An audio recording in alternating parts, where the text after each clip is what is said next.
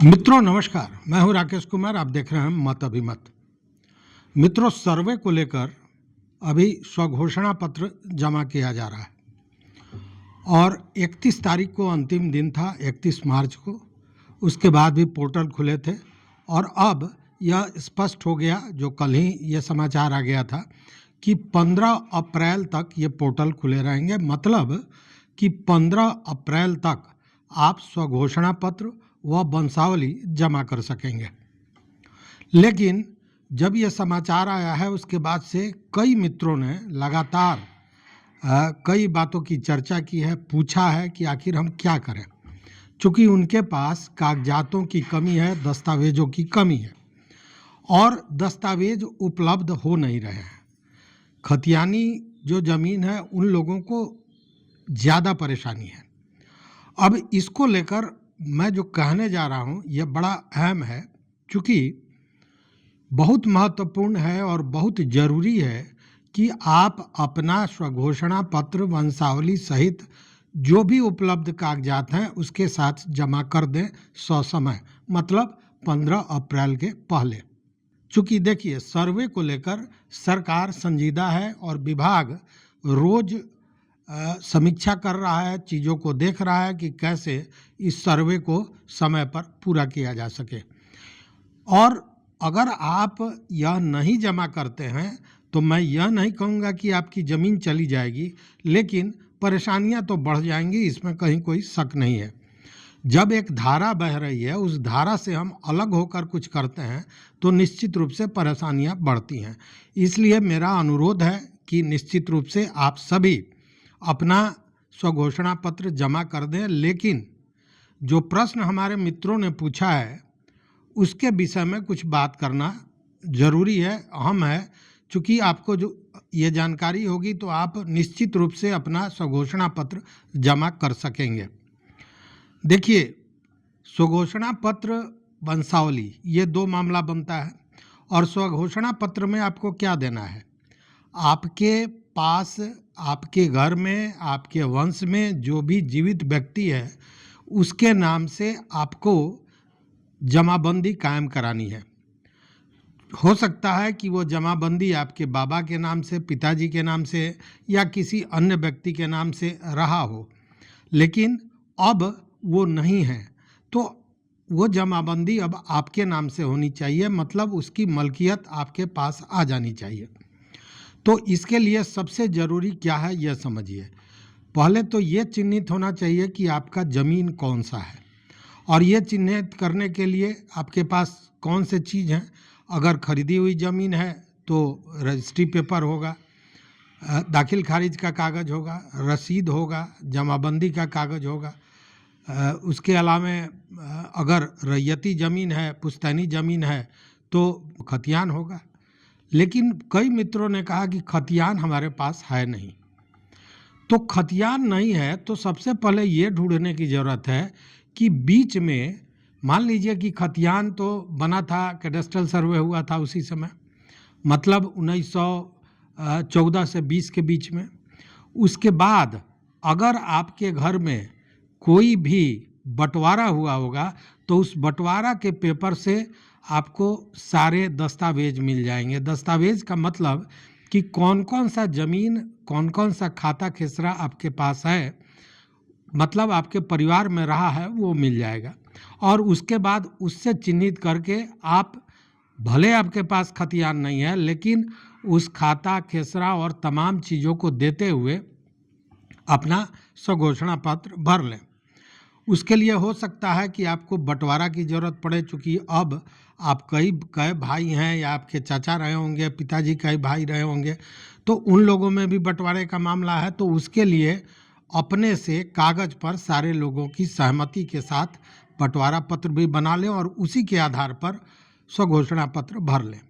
अगर मान लीजिए कि ऐसा कुछ भी नहीं है तब क्या होगा? या एक दूसरा प्रश्न हमारे मित्र मुन्ना जी ने पूछा कि पता तो चल गया, बंटवारा से, पारिवारिक बंटवारा हुआ था, उससे पता तो चल गया कि खाता खेसरा कौन कौन हमारे पास था, लेकिन उस बंटवारे को भी 40 बरस से ऊपर हो गया है। अब उस बीच में जो हमारे बुजुर्ग थे या जो बड़े लोग थे, उन लोगों ने किस ज़मीन को बेचा, किसको नहीं बेचा, ये क्लियर नहीं है। और ये मुन्ना जी रहते हैं बेंगलोर, उस स्थिति में इनको ज़मीन का पहचान भी नहीं है कि अगर ज़मीन जगह पर पहुँचे तब भी उस ज़मीन की पहचान नहीं कर पा रहे हैं, नहीं कर पाएंगे भी। तो उस स्थिति में मेरा ये कहना है कि जो आपके पास उपलब्ध है उस हिसाब से आप भर के दे दीजिए। देखिए होगा क्या कि जब सर्वे की टीम आपके गांव पर पहुंचेगी तो वो हर खाता खेसरा को चेक करेगी, देखेगी, उसके चौहद्दी को देखेगी।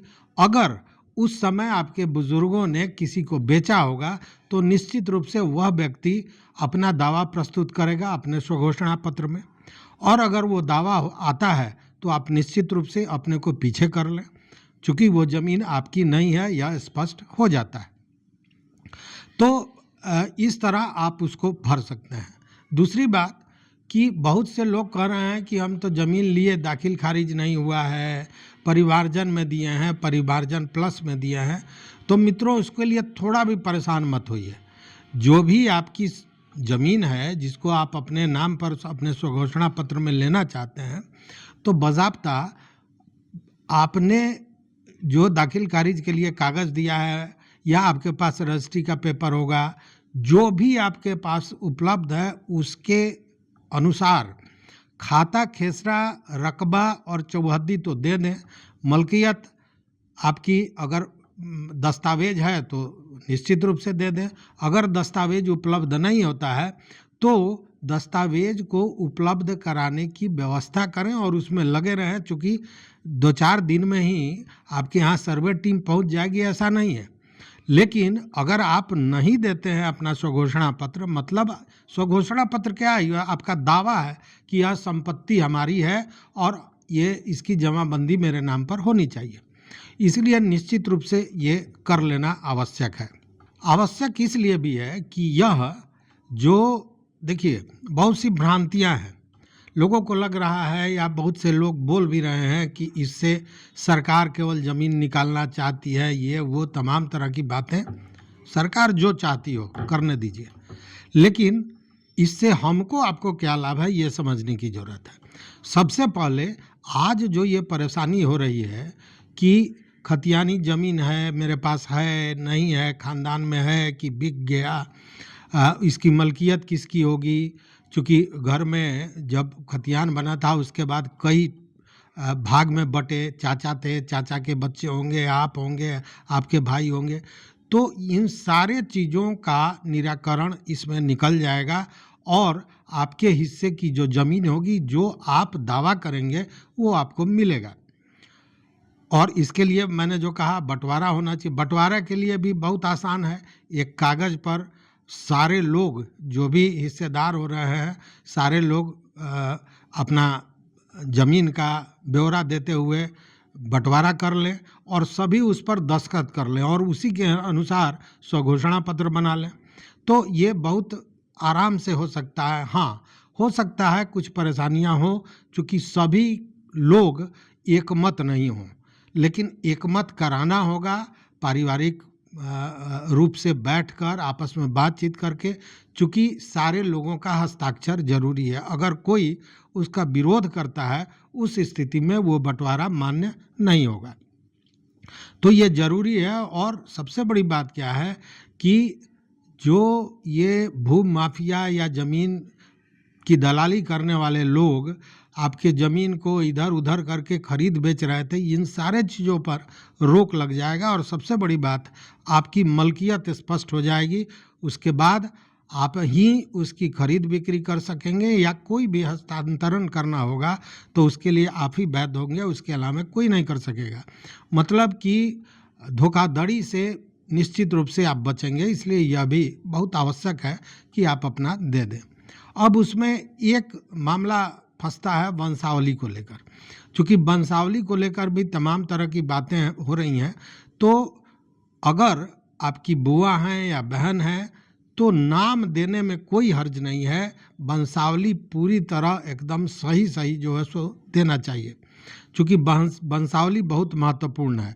रही बात उनको हिस्सेदारी देने की, तो यह आपका अपना और आपके परिवार का मामला है कि किसको कितना हिस्सा देना है।